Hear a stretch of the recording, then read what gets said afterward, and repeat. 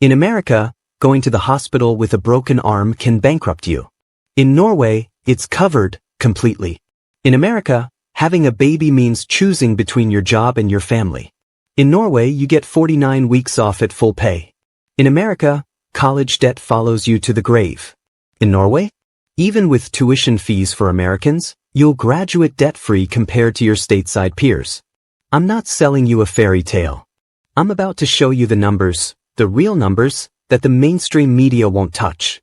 We've spent over 50 hours dissecting tax returns, healthcare invoices, rent contracts, and immigration data to answer one question. Is moving to Norway in 2026 actually worth it for Americans?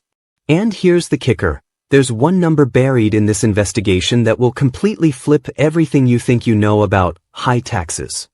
But I'm saving that reveal for the end. Stick with me. This is why we built Nexora.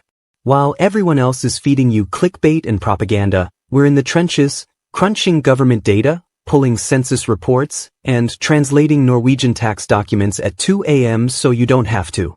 If you're tired of surface-level noise and you want the raw, uncomfortable truth about how economic systems actually work, join the Nexora residents by hitting subscribe right now. This isn't about views. This is about building a community of people who refuse to accept that's just how it is as an answer. Let's look under the hood of the system together.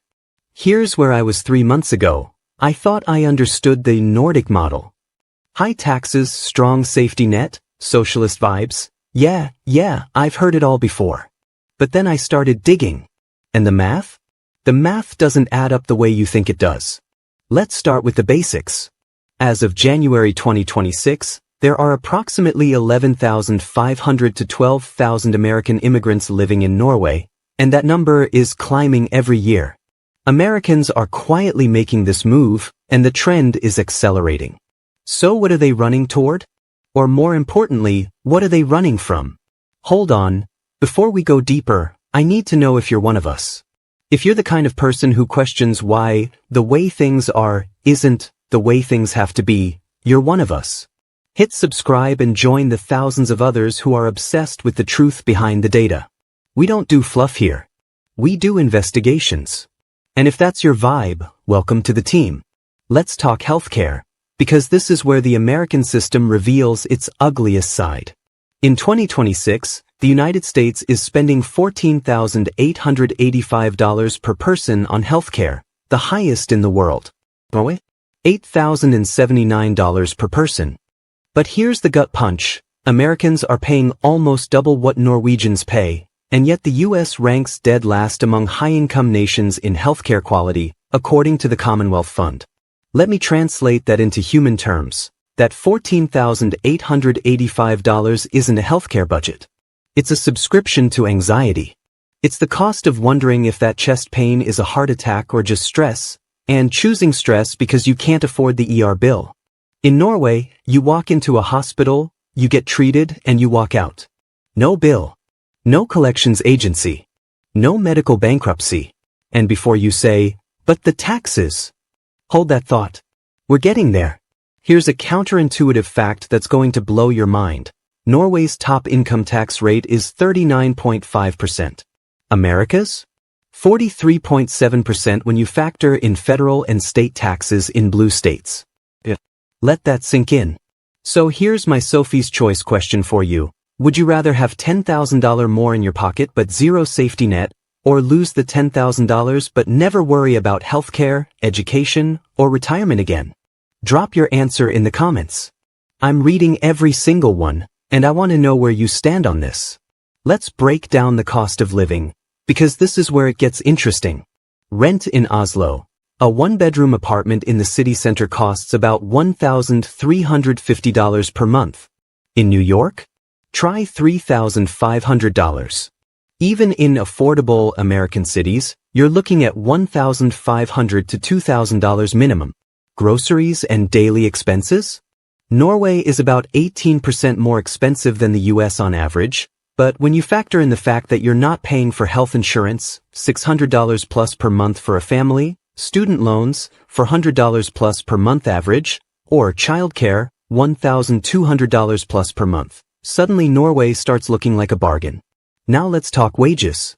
The median full-time salary in the US is projected at $62,000 in 2026. Norway's median? Around $55,000 US. So yes, Americans technically earn more on paper, but here's what they're conveniently leaving out: purchasing power after mandatory costs. When you subtract health insurance premiums, out-of-pocket medical costs, student loans, and childcare from that $62,000, the average American is left with far less disposable income than their Norwegian counterpart earning $55,000, who pays none of those costs. Here's the kicker: Norway's flat income tax is 22%. Yes, there's an additional bracket tax for high earners, but for the average worker, you're looking at an effective tax rate that's lower than what many Americans pay when you add federal, state, Social Security, and Medicare taxes together. But wait, what about that free stuff? Education. Here's where I need to be brutally honest. Norway ended free tuition for non-EU students in 2023. As an American in 2026, you'll pay $8,000 to $20,000 per year depending on the program. But hold on, before you think that's expensive, let me put it in perspective. The average American university charges $30,000 to $60,000 per year for tuition alone. So even with tuition fees, Norwegian education is 50 to 70% cheaper, and you're living in a country where your healthcare is covered and your quality of life is off the charts. Parental leave. In Norway, you get 49 weeks at 100% pay or 59 weeks at 80% pay. In America, 12 weeks unpaid under FMLA, and that's if your employer qualifies. The US is one of only 8 countries in the world with no paid maternity leave. Let me repeat that, one of 8. In the entire world. That's not a healthcare system. That's not a social contract. That's a system designed to extract every dollar from you and then blame you when you can't afford to live. This video is part of a much larger investigation we're running at Nexora. We're currently mapping what we call the Human Happiness Index, a deep dive into which countries actually deliver quality of life, not just GDP growth. If you don't want to miss our next investigation, where we're breaking down the real cost of the American dream versus the Nordic model, join the channel by subscribing and hitting that bell icon. It's the only way to ensure the algorithm keeps you in this loop, and trust me, you don't want to miss what's coming next. Alright, let's get real. Is Norway perfect? Hell no. Here's the part nobody talks about. Getting into Norway as an American is hard. You need a skilled job offer to qualify for a work visa. And as of 2026, the minimum salary requirement for skilled workers ranges from $50,000 to $70,000 annually depending on the field and your qualifications. Oh, and good luck finding that job. Norwegian employers can hire from anywhere in the EU first, which means you're competing with 450 million Europeans who don't need visa sponsorship. The cultural adjustment? That's another beast. Norwegians are friendly but reserved. Making friends takes years, not months. The famous Nordic chill is real. It's not rude, it's just different. And let's talk about winter. Oslo in January sees about 6 hours of daylight. If you're from California or Florida, that will mess with your head. Seasonal depression is a real consideration. But here's the thing, nearly 12,000 Americans have already made the move, and that number is climbing. They looked at the trade-offs and said, yeah, it's worth it. Remember that number I promised you at the beginning? The one that flips everything? Here it is. The average American spends $3,800 per year on out-of-pocket healthcare costs after insurance. Add health insurance premiums, $7,700 per year for individuals, $22,000 plus for families, student loan payments, $5,000 plus per year, and childcare, $15,000 plus per year for one kid, and you're looking at an additional $30,000 to $50,000 per year that Norwegians don't pay. So when someone tells you, but Norwegians pay so much in taxes, run the math. That 22% flat tax on your income? It's cheaper than the American system once you account for what you're actually paying for healthcare, education, and childcare. Even when you factor in Norway's slightly lower median salary and the fact that university costs $8,000 to $20,000 instead of being free, you're still coming out ahead by tens of thousands of dollars over a lifetime. That tax rate isn't a bill.